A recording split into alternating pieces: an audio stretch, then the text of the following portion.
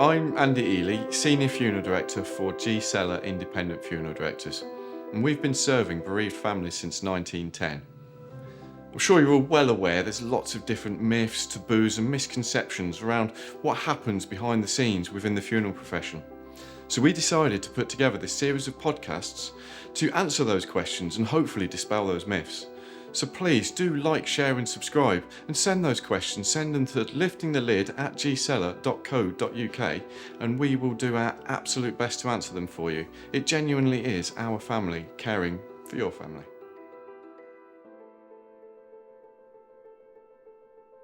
Welcome to the latest episode of Lifting the Lid.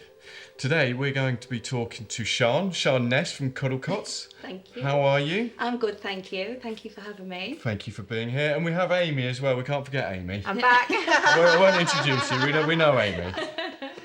Sian, thank you. How was your journey? Yeah, it wasn't too bad actually. A little bit long and hot, but thank goodness for aircon. So, Sian, a little bit about you. Can you tell us a bit about yourself, a bit about Cuddlecots? Give us a bit of an insight. Okay, so I'm fairly new at Cuddlecot. I started in April, so only just. Okay, quite new. Yeah, so this is all new to me, but it's a great change. It's a new direction in what I want to do. So it's all really positive. Prior to that, I was a bereavement midwife working in Essex. So I've been a midwife since 2006 when I qualified at 21. So I was quite young, really. How did you know you wanted to be a midwife so young? Do you know what? A lot of people ask me that, and I'm not sure really. I think I've just always had a real fascination with pregnancy. Yeah. And, bringing new life into the world and that sort of Because now thing. I've got a baby, I think, oh, I could do that. Yeah. I mean, I couldn't because I had the qualifications, but in my head, I could do that. There's a lot of people that are drawn to midwifery after they've had their own children, because I think they see midwifery is quite a hidden world, isn't it? You only know what a midwife is until you go through the system. So true. And then you realise what a midwife does, and that it's not just delivering babies, that actually you see midwives right the way through your pregnancy and then afterwards as well. Yeah. So it does draw a lot of people in. But I was quite young. I went in at 18, so I did my A-levels and then straight after my A-levels went to uni. Wow. So I did 3 years and I was 21. So I must have looked so young walking into the labour ward, and they must have thought, who is this young girl looking after me? But I've loved it ever since. It's changed an awful lot over the years, as I'm sure most midwives would agree. And I did 2 years in Liverpool. Okay. And then when I was 23, I fancied a bit of a life change and decided to move out and move away. So initially was thinking Australia, but that seemed too far. Wow, okay. Bit of a too big a step after I'd never left home before. And then I sort of had my CV on a recruitment page, and they phoned me and said, would you consider London? So I thought, well, I could be home in Liverpool in 2 hours. So if I did miss my mum, I could go home and see her. Love that. Rather than getting on a 24-hour flight, So I went to work in a private hospital. I decided I may as well try something totally different. I worked at the Portland, So I worked there for 3 years. How many celebrities did you see? Just Lots. really quick. Lots and lots, but I can't name them. Confidentiality. Just look in the newspaper and we'll have a little flip through and see. It was a huge eye-opener and a real life lesson. I learned so much about life. Midwifery was similar, a slightly different model of care, because it's sort of like an American model. There's a lot of obstetricians rather than midwives, who the autonomy for midwives is slightly different. But I learned an awful lot about various religions and cultures and people from all over the world and how they are when they have babies, and that was just amazing. So I loved it. Considered No, you don't. yeah. We do from a funeral perspective, of course. Lots of different cultures face different ways of doing things. Well, I've never considered that for midwifery. Yeah. Not at all. Yeah, so in private hospital, it's the normal model of care in places like the US and the Arabic states. So you'd get a lot of people from Saudi and Dubai and all over the world. A lot of the patients whose partners say work in the big banks in London, they all have private healthcare, so their wives would come and be our patients there. So that was 3 years. It was great fun. It was really good. But by then I was missing the NHS. Okay. Because it's not the place that you learn so much. It's the development opportunities aren't the same as the NHS. So I was quite keen to go back, but London hospitals generally are known to be crazy and busy and I didn't really know where to go. So just sat tight and thought something will come up and it'll just, take me there. And I went on holiday to Tenerife and I met my husband. He was my holiday romance. So we were dating for a bit, and he lives in Essex. I did live in Essex at the time. So between us going between London and Essex, eventually we moved to Essex. So then it felt natural then to get a job there where I was going to be staying. So I got a job at Basildon Hospital in 2011. And I've worked there pretty much ever since. Did do a little year out, going to Cheshire. So just as midwifery, and then... Yes, just midwifery. So I was direct entry midwifery. You can just go straight in as a midwife. Years ago, you used to have to do your nursing, and then you'd do like an additional course in midwifery. But it's direct entry, so just midwifery. And then, I was on the labour ward initially, still quite young, hadn't had my family then, all of that sort of thing. And just moving around. So I was a core labour ward midwife, so just delivery suite shifts all the time. And they put an advert out for a bereavement. So we had a standalone bereavement midwife, so she was the specialist bereavement midwife. There's just one. But I think it was recognised that she couldn't do everything. It was too much. And they needed people who were working on the labour ward to almost form like a specialist small team to look after the bereaved families that were on the ward at the time. And bereavement is always something I'd always wanted to get into. And I went for it and I thought, we'll see. So there was myself and 2 others, and we just did 1 shift a week, sort of just specialising in bereavement. So what made you want to go into bereavement from midwifery? Had you been in an unfortunate circumstance where a baby had passed away on delivery that then triggered that emotion, or so I think initially it's quite like a specialist thing, isn't it? It is a real specialist thing, and it's not for everyone. But when I was 8 at the time, when my mum had a stillbirth, so for me there was a personal link there. So that's where the bereavement thing came from. Like you've seen them suffer in some ways. Just as a family. When I was 8, my sister was 5, and we just it was our normal, if you know what I mean. That was our thing. So so I had a little brother, and he then was there on the sidelines as we were growing up. So I think that's what initially drove me into midwifery in the first place. So the bereavement thing, I just sat back and thought, one day when I'm a little bit more experienced and I've ticked all the boxes in everything I need to do, then there might be a little avenue to specialise there. Wow. And the opportunity came, and then... Yeah, and that was it. There you are. So what does that role look like?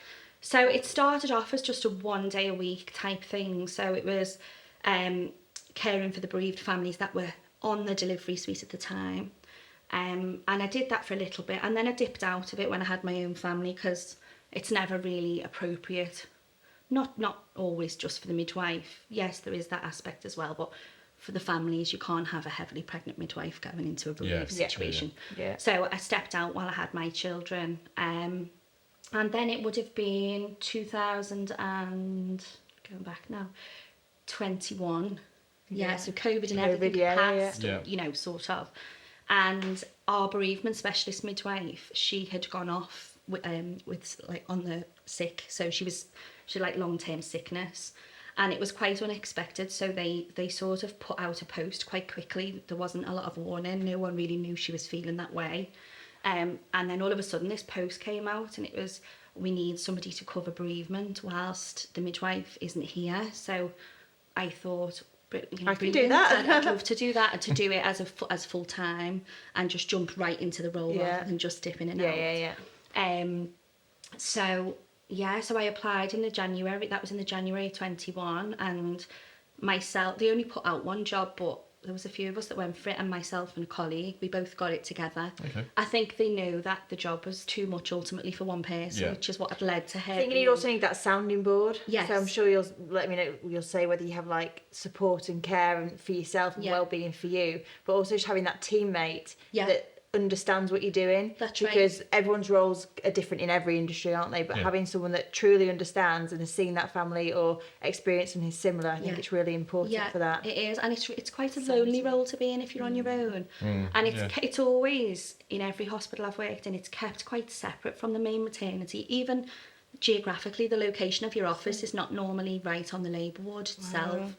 So you can be quite isolated in that role, and I it's thought the reason obviously for that quite is- Well, it's that taboo, isn't it? To yeah, keep and up in a I way. think because a lot Yeah. of the role of the bereavement midwife, which we'll talk about in a little bit, is so extensive. A lot of it is done behind closed doors, if you know what I mean. The physical aspect of caring for a bereaved family on the delivery suite, all the midwives do that. So as a midwife, you could be going into a shift and you're given that family on the board that day, and that's who you look after. So a part of your midwifery role is looking after bereaved families. So everybody does do that, but the bereavement specialist is there for lots of other things. She supports the family going on, you know, longer term, supports the staff, loads of different things. So she'd ultimately become quite poorly and felt really unsupported in her role, and she'd taken some time away, which is the right thing for her. So it then was, well, we need somebody to look after these families, because ultimately these families were still coming through the service, yet there was nobody looking after them. You know, I think it's only when somebody's not there you realise actually this person was doing a great job, you know. So in 2021 I took over as bereavement midwife, specialist midwife, with a colleague. And we came in on the first day, and because she wasn't there, the lady who'd been there before us, we had no handover of service at all. We didn't know what families were out there, who'd had losses, where everything was at, who still needed funerals arranging, who needed support. And then even like down to equipment that's used. So is this Yeah. where you then came into contact with cuddle cots at Well, this point? the cuddle cot has always been a piece of equipment that we've used because Okay. it's there on the labour ward. Yeah. So Okay. every time you're looking after a family, it's a normal in that environment piece of equipment. Interesting. Yeah. So what made you decide to go to cuddle cots? Basically, I'd sort of come to the end of my time because the role I went in was a secondment. Oh, okay. And we won over the time that I was in post, because we didn't have any handover of service. All we could do was benchmark what we thought we had in our Yeah. hospital against the ideal national gold standard model, which is out there already. And we thought, right, what we're going to have to do is just use that as a framework and put all these pieces in like we think it should be, and hope for the best, basically. And that's what we did. So we really turned it around and like changed lots of things, but it was all using that framework as a model of what we should be aiming for. And we had great feedback from the families and lots of different things. And in the June of that year, we won a national award for that, which was really lovely. And it was just the cherry on the top. Ultimately, the family feedback was what we were doing it for, and the best It's thing. what drives it. It's what drives It us, is, isn't it? yeah. You can't, like the family Absolutely. feedback, Yeah. like, you know. Yeah. Definitely. Yeah, so having that feedback from the families and hearing that they felt really supported, and that there was nothing that they thought, you know, we were always seeking their feedback and wanting just to know for our benefit that we were doing it right, Yeah. that we were getting it right.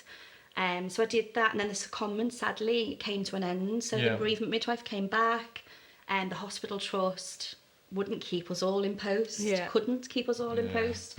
So then I went back to a different role, just a clinical role again, but I really missed it. And I changed trusts, so I went to another hospital in Essex, and I became a bereavement midwife there. Did that for a year, made similar changes, and then that time came to a natural end. It was a long commute for me, and there was things going on with father-in-law's health, and I needed to be at home a little bit more with my children. Yeah. So it was a natural just end to how things were. We'd like to just pause and take a moment to mention our partner for this podcast, Obitus. Obitus take a customer-first approach and are dedicated to giving families more ways to say goodbye. By working closely with venues and funeral directors like myself across the UK, Obitus ensures that the funeral service is personalised and reflects the life lived.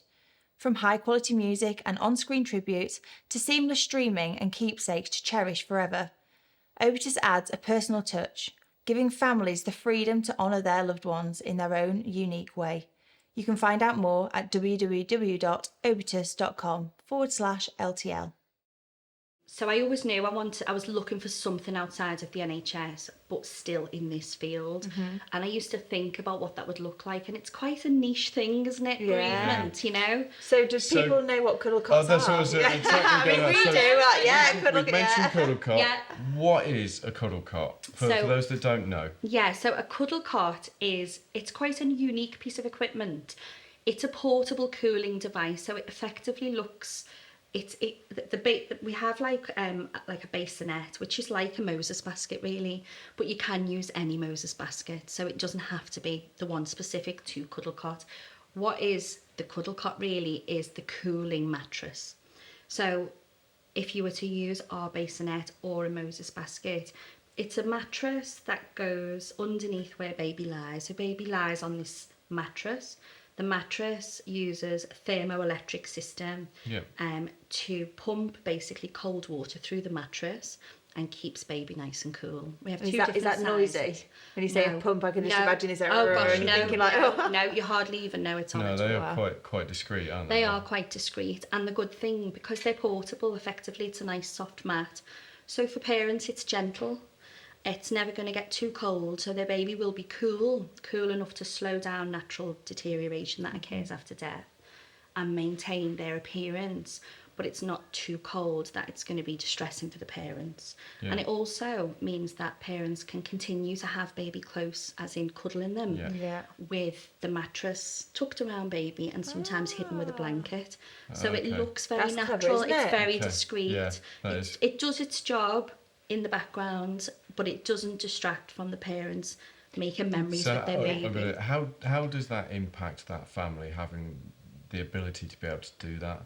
So say in the days before we had such a thing as a cold cot or a cooling device as the cuddle cot, parents would have maybe 6 hours with their babies. You know, I've got a good friend of mine, and he lost his daughter a long time ago now, Siobhan, and they didn't have a cuddle cot, so they were encouraged by the midwives. They're a great team of midwives to spend time making memories, but ultimately that time there was a timer on that. You know, she started to change. She looked different to when she was delivered, and they knew naturally the kindest thing was to allow her to go to the hospital mortuary.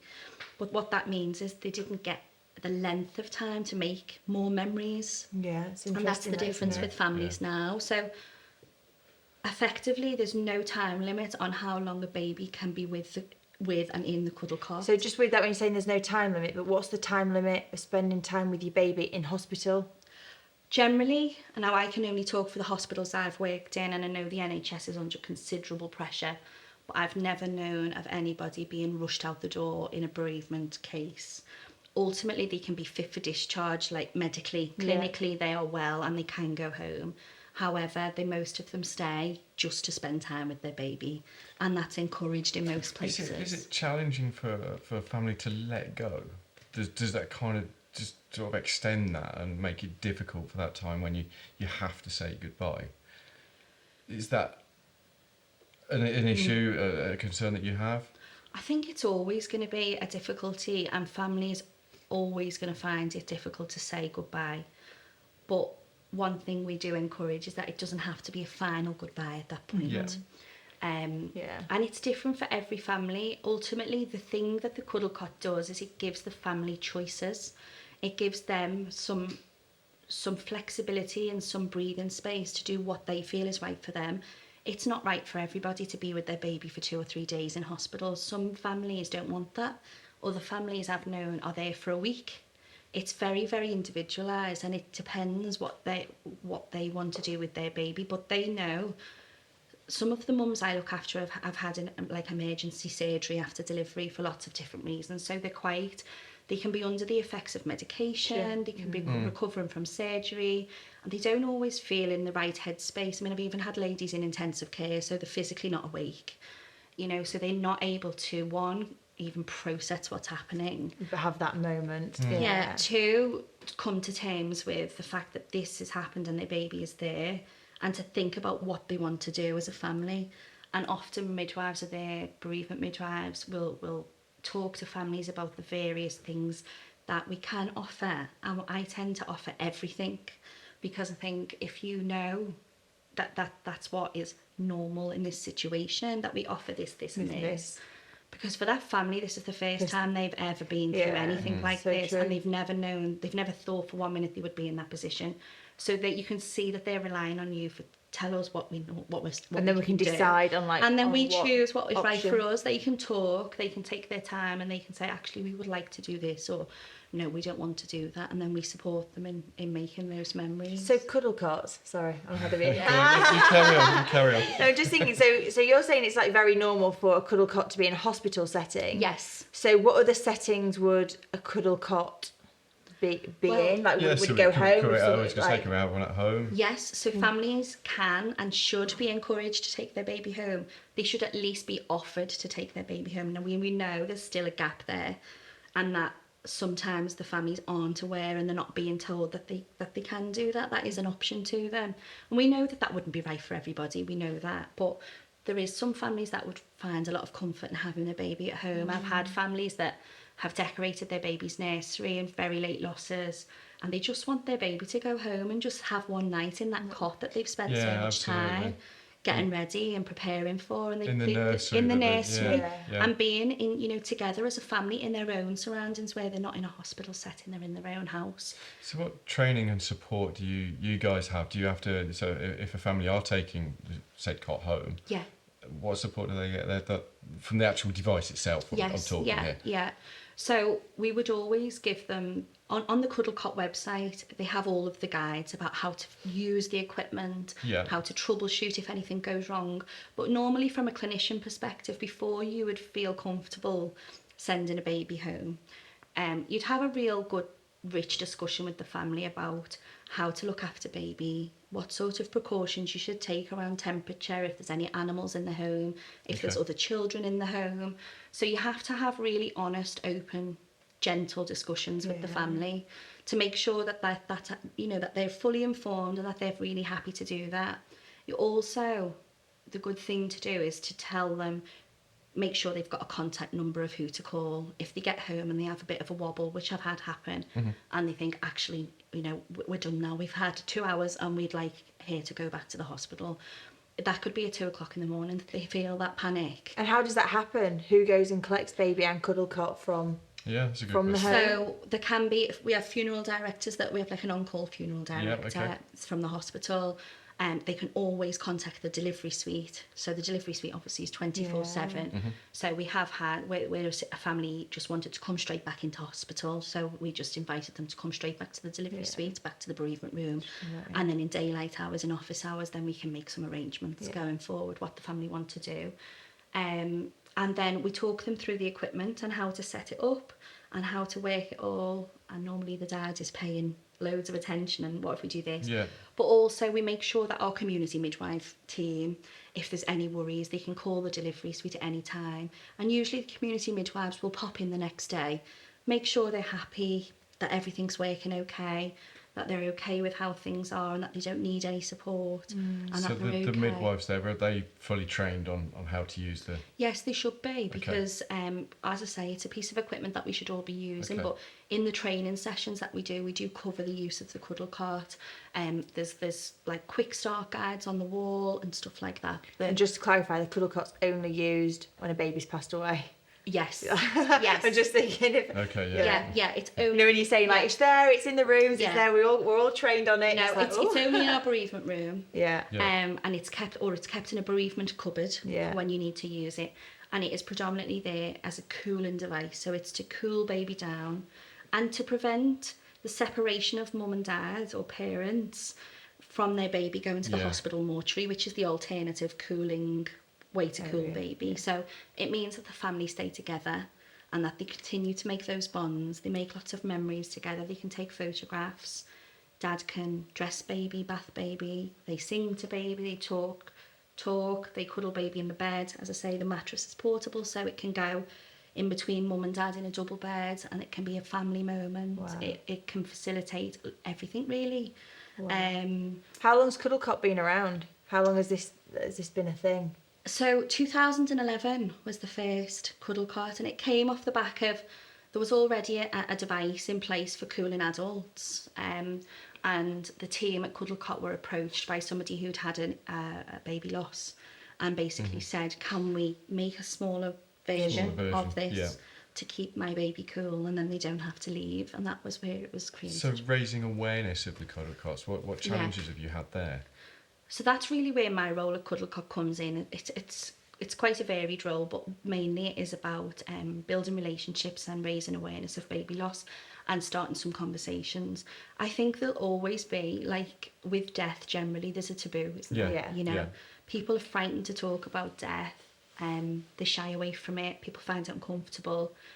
And I think it's just a human thing, isn't it? We don't really want to think about that too much. But We're not really ultimately- educated on it, are we? We're Yes. educated on so many things, like even back at school, but even when you're in the workplace, you're not educated on it, thinking, you know, you could lose a colleague, you could lose, you know, a colleague could lose somebody, and how do Yeah. you deal with that? Yeah. I mean, you know, we're in our industry, we're aware and know how to deal with that, but so many industries, Yeah, like you say, it's a massive taboo, isn't it? And most of our families going through maternity are young people.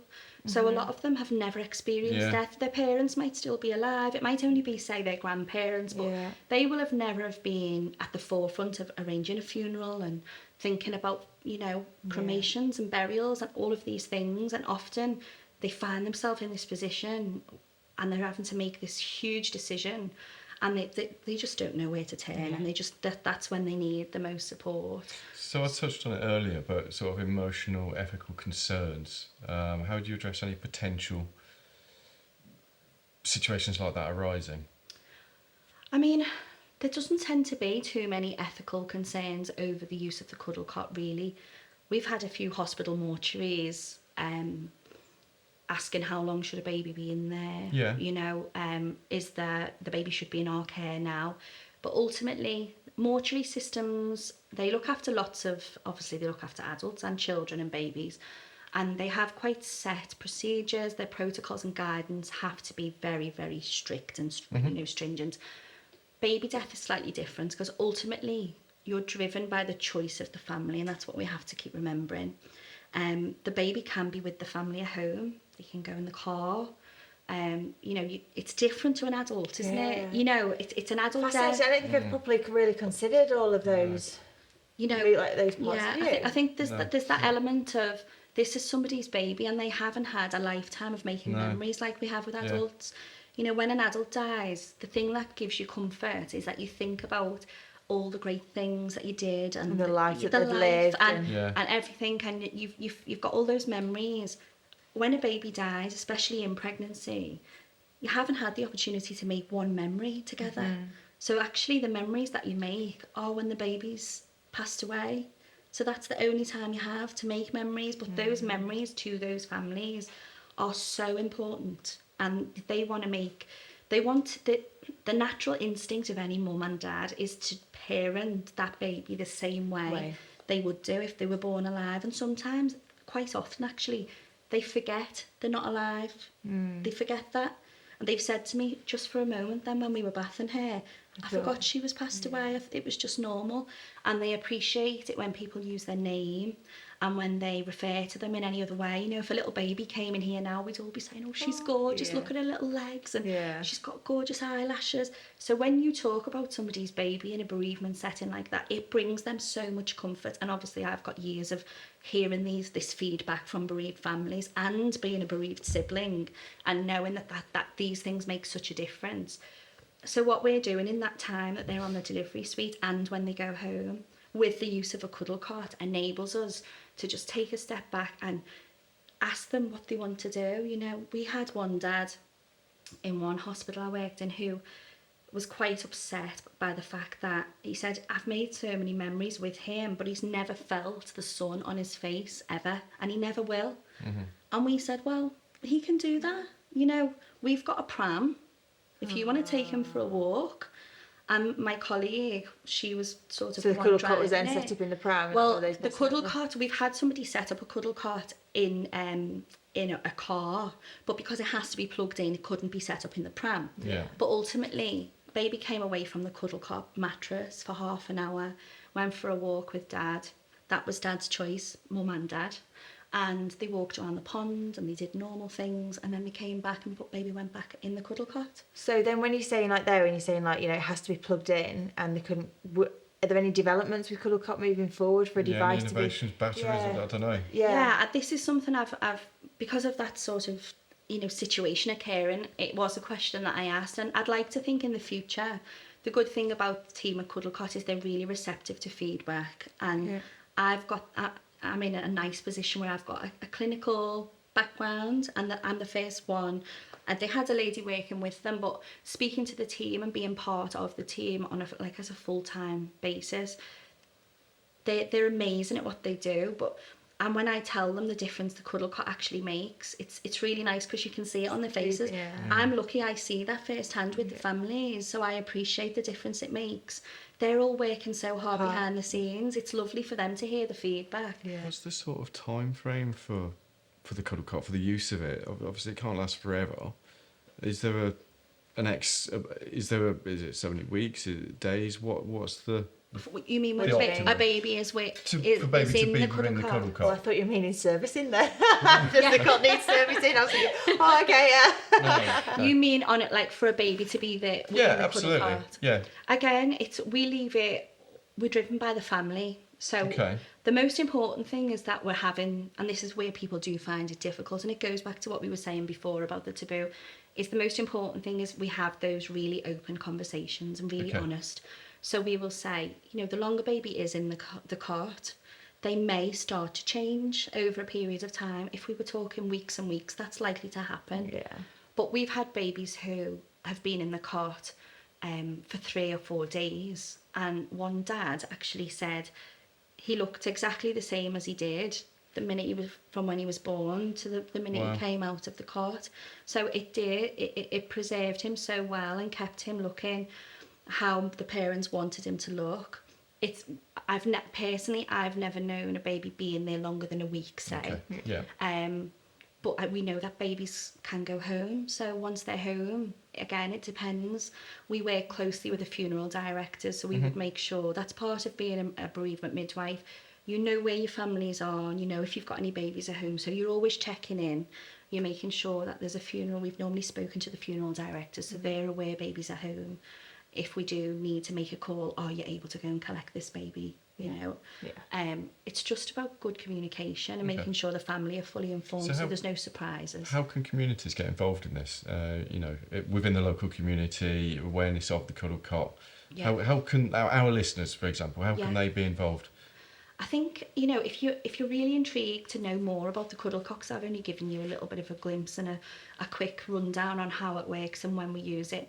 The website is fantastic, so all of the information is on the website. Yeah, we'll make sure how the it link's works, attached. Yeah. how it works, where they're available, because we're not just in the UK, we're worldwide. Yep. There's a lot of cots in the US, there's plans to get lots more. There is lots more needed. We're all over Europe. Do people rent? I'm just thinking, do people rent them if they're, or is it from the hospital and the Yeah, hospital I think- and then provide it to the family free of charge? I'm Yeah. just thinking when you have a baby, there's so many things to consider. Even that I'm just going to go straight down to a breast pump, and then there's Yeah. in hospital there's Yeah. these hospital Yeah. graded Medela breast pumps, Yeah. and you think, well, I can't leave the hospital now because my Yeah, of breast pump at course. home's rubbish. I need to stay here. Absolutely, yeah. But you can hire it, even though it's a medical grade. I think the thing breast is- you can hire it, and I think, I wonder what that. You never That think loop you're going of to need journeys. a cold cot, and you No. hope to God that you won't. Yeah, Yeah, need God, it. it's yeah. really So Yeah. you don't ever make a plan to think, if I need one of those. It's normally, people have never even seen a piece of equipment, and we explain what it's for. And sometimes it's a little bit of a strange thought, but when you say it facilitates baby to stay with you, you don't have to leave. I think the sad thing is that the NHS still don't see it as a vital piece of medical equipment. So whereas they will have to spend their money buying beds and blood pressure monitors and all of these things that they're needed, medical equipment, they don't see a Cuddlecott as that necessary piece of equipment that belongs to them. It's almost like they see it as a luxury is the wrong word, but an additional piece of equipment Yeah. that's used in such a niche situation, and they rely on parents donating money to fund the purchase of a Cuddlecott. So that's really predominantly where Cuddlecots come from. Yeah. So you'll find that a family who use a Cuddlecott and obviously experience what that meant for them and the difference it made having one, will then quite often they'll go away and they'll do some fundraising and they'll raise enough money to buy another one. And how much is that? So I might have to come back to you with some figures, because I don't get involved in the that's sales fine. at all. Yeah. There's a whole amazing sales team. I'm just thinking people that Yeah. wanted, people that Yeah. wanted Yeah. to On the fundraise. spot. Like, I mean, how, so they are affordable. It's not crazy money, at all, which is the sad thing, is that the NHS couldn't put at least one in any of every NHS trust. I mean, quite often, sadly, working on the labour ward, you won't just need one. I've been in a situation not that long ago where we needed 6 in one Crikey. shift. Yeah. You know, we needed 6, Just and luckily awful. I'm part of a bigger trust with other hospitals, but I found myself messaging the other hospitals to loan those for us. So a lot of places will say, well, we've got one, you know, but one could break, one could be out of use. It's nice to think that people are naive to the fact that, well, babies don't pass away. And that's Yes. like, and I understand Yeah. it from that point of view. Well, we don't need it because the baby's hopefully not going to Yeah. pass away. Yeah. But then when you say that example of like Yeah. 6, Yeah, you think, and don't get me wow, wrong, is that, you know, just that was It's quite quite, an eye-opener, that's isn't it? quite Yeah. unheard. That is quite Yeah. unheard of. That's a lot. so tragic. But it's, you know, it is normal place to have 2 or 3 bereaved families at once. And the worst thing is if you've got one cuddle cot or one cold cot, then you're torn as to who has Whose that use cot. of it. Yeah, and it's almost like who needed it first, who might have delivered their baby first. So generally, the placement of cuddle cots are come from donations, and we work with an incredible charity called For Lewis. They're based up in the northeast. Okay. Fantastic charity, and they do so much work for bereaved families. They produce the most beautiful memory boxes that families get all over the UK, and they work closely with us. So when families often donate to For Lewis, they will use the money to buy cuddle cots in hospitals where they know don't have them. Nice. Special. They also own a few that they loan out. So if the Okay. hospitals in the northeast need more, then they know they can contact For Lewis, and Bob and Tracy will try everything they can to make sure that a family does not go without. So they have a few, I think they call them community cots. So they've bought a few, they keep them and they loan them out. But they also fund our training some of our training sessions. They fund loads of different things. They're heavily involved with looking after bereavement midwives across the UK. So, you know, I think have a look at the charity as well. We will do. Yeah. So for families seeking more information about the Cuddle Cot, where do we go? Where do we signpost them to? Cuddle Cot website predominantly. It will all of the information about the cot itself, and you know, family stories, testimonials, what difference it's made to so many families is all on the website. Yeah. All of our socials, so you've got Instagram, LinkedIn, Facebook. There's resources on there. There's for- all yeah. resources. It's a really active. We have a very, very active social media manager. She's fantastic.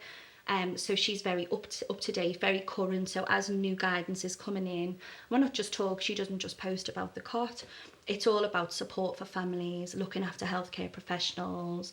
Because really, that's where Cuddle Cot are wanting to just branch out. They're really wanting to make a difference and be a player in that community, the same as the likes of your big national charities, SANS, Tommy's, the Miscarriage Association. And it's always been difficult, I think, for them because they're seen slightly different because they're not a charity as such. They're obviously a business, but they're a business that actually really, really care. And that's what drew me to them. Because I wouldn't have Amazing. gone to work for anybody else that did, you know, because there's that underlying passion was very clear from the word go, and they're real that desire to make a difference and to shift culture and get the conversation started and look after the people that are trying to look after the families, because the NHS at the moment is under such pressure and it's never been as bad as what it is now, especially in maternity, and the demands are ever growing. So ultimately bereavement care is always pushed down. Wow. So what we're trying to do is bring it back up and make sure that the midwives who are looking after the families, because if the families don't have good people who are really, really well trained and well informed and are okay in themselves, the care is never going to be good. there. Yeah, it's never going to be good. Brilliant, Sean. This is brilliant. It's a really innovative product, and it gives the family that time, doesn't it? It which does. is It's really, the really gift of important. time. That's Yeah, what we say. perfect. Is there anything Yeah. else you want to add? Anything you want to tell us before? No, I don't think so. It's just, go to the website, have a look on the socials, all the information is there. Have a look at the charities as well. So if anybody is currently going through the loss of a baby, or recently or 20 years ago, and feels that they need support, there's so much support out there. It's a bit of a hidden community, but it's a huge community, and everyone's singing from the same hymn sheet. There's loads of resources, loads of support. So just if you look for it, it's there. And if anybody needs to contact me or Cuddle Cot, we can always signpost them in the right direction Brilliant. for help. Thank you. That's Anything else, okay. Amy? No, I'm just thinking people can either comment on the video or anything, and we can get them Yeah, in so- contact with Sian and the rest Well, I'll of the do team. my own spiel in a minute. So there's a connection to us. Yeah. Yeah. Thank you. Thank you for so your time. much. Thanks Thank you for thanks having the me. journey. It's lovely to talk about Thank you. how amazing it is.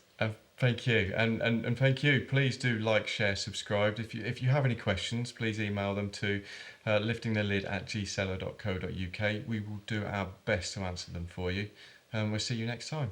Thank you.